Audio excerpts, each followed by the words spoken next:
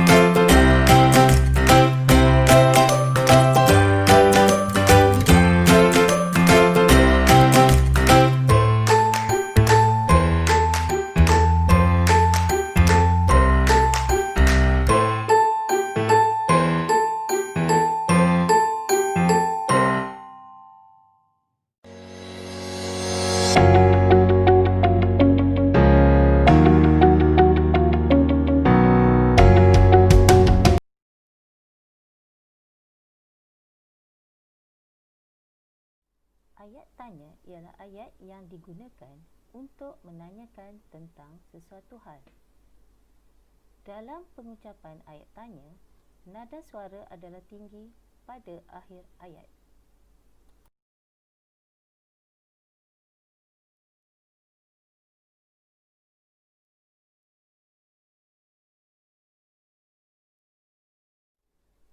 Tahukah anda, ayat penyata yang diberikan intonasi tanya atau dituliskan tanda soal atau tanda tanya pada akhir ayat akan menjadi ayat tanya.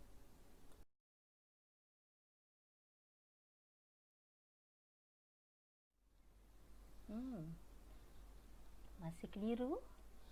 Jom kita lihat paparan yang berikutnya.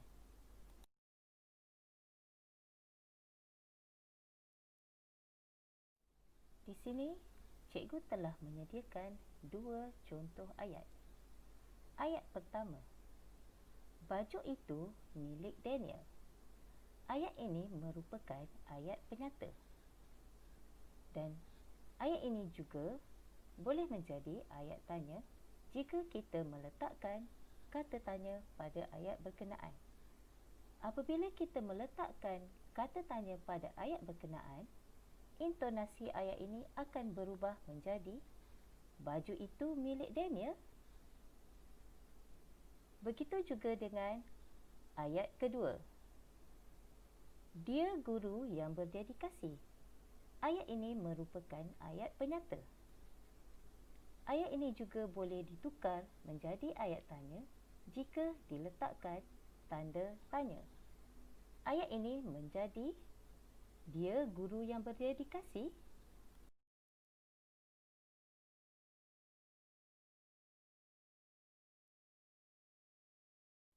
Tahukah anda, ayat tanya mempunyai dua jenis, iaitu ayat tanya tanpa kata tanya dan ayat tanya dengan unsur tanya. Namun begitu, Pada episod kali ini, cikgu hanya akan menjelaskan tentang ayat tanya tanpa kata tanya.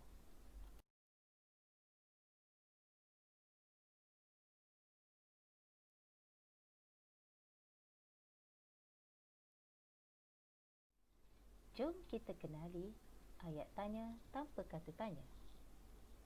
Dalam pengucapan ayat tanya, nada suara adalah tinggi pada akhir ayat dan dalam penulisan pula, ayat ini ditandai oleh tanda soal.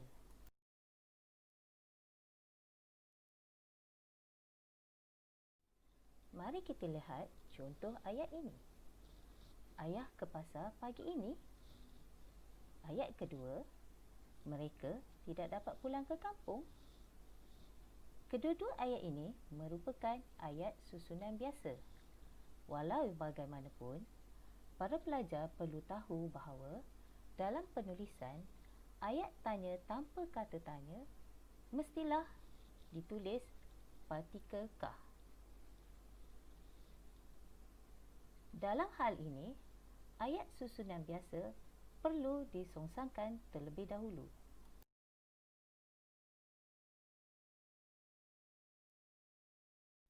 Berikut adalah cara untuk menukarkan ayat tanya susunan biasa menjadi ayat tanya susunan songsang.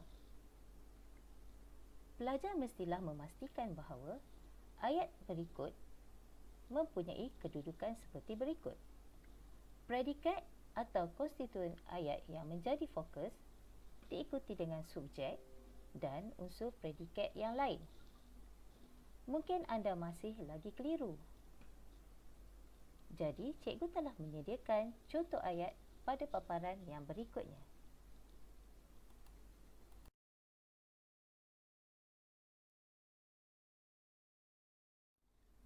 Contoh ayat. Ayah ke pasar pagi ini. Pada ayat ini, terdapat 3 bahagian yang boleh kita pisahkan, iaitu ayah ialah subjek ayat, ke pasar merupakan konstituen yang menjadi fokus ataupun predikat dan pagi ini merupakan unsur predikat yang lain. Apabila kita menggunakan formula yang telah cikgu sediakan di atas, ayat tersebut menjadi ke pasar ayah pada pagi ini. Namun begitu, dalam penulisan, kita mestilah menggunakan partikel kah, seperti yang telah cikgu terangkan sebentar tadi. Jadi, ayat ini menjadi, ke pasarkah ayah pagi ini?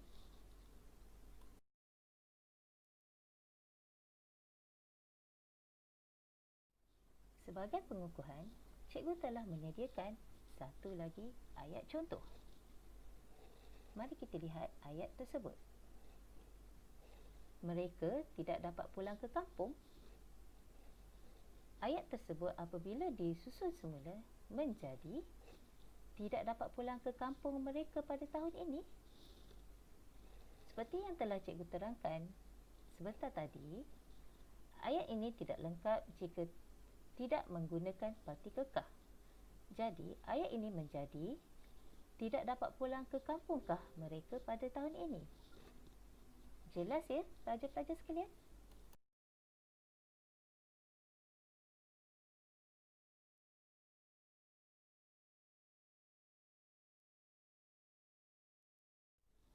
Seterusnya, cikgu akan menerangkan ayat tanya binaan frasa nama campur frasa nama.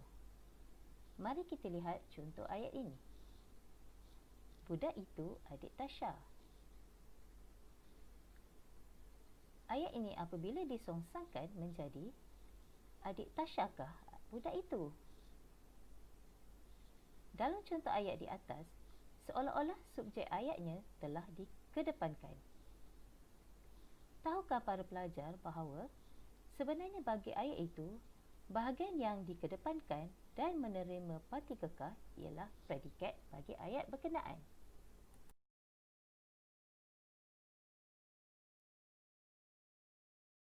Seterusnya, cikgu akan menerangkan ayat tanya relatif dan ayat tanya pasif.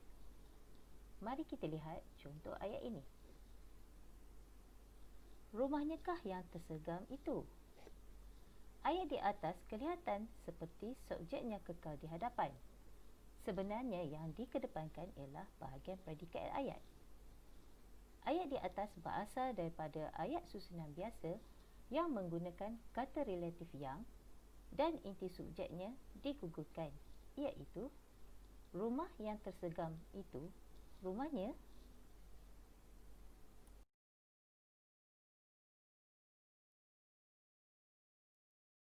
Contoh ayat yang seterusnya. Ayahnya yang sedang memancing itu ayahnya. Ayat ini merupakan ayat susunan biasa. Dan apabila disongsangkan, ia menjadi ayahnya yang sedang memancing itu. Partikel kah diletakkan pada predikat yang dikedepankan menjadi ayahnya kah yang sedang memancing itu.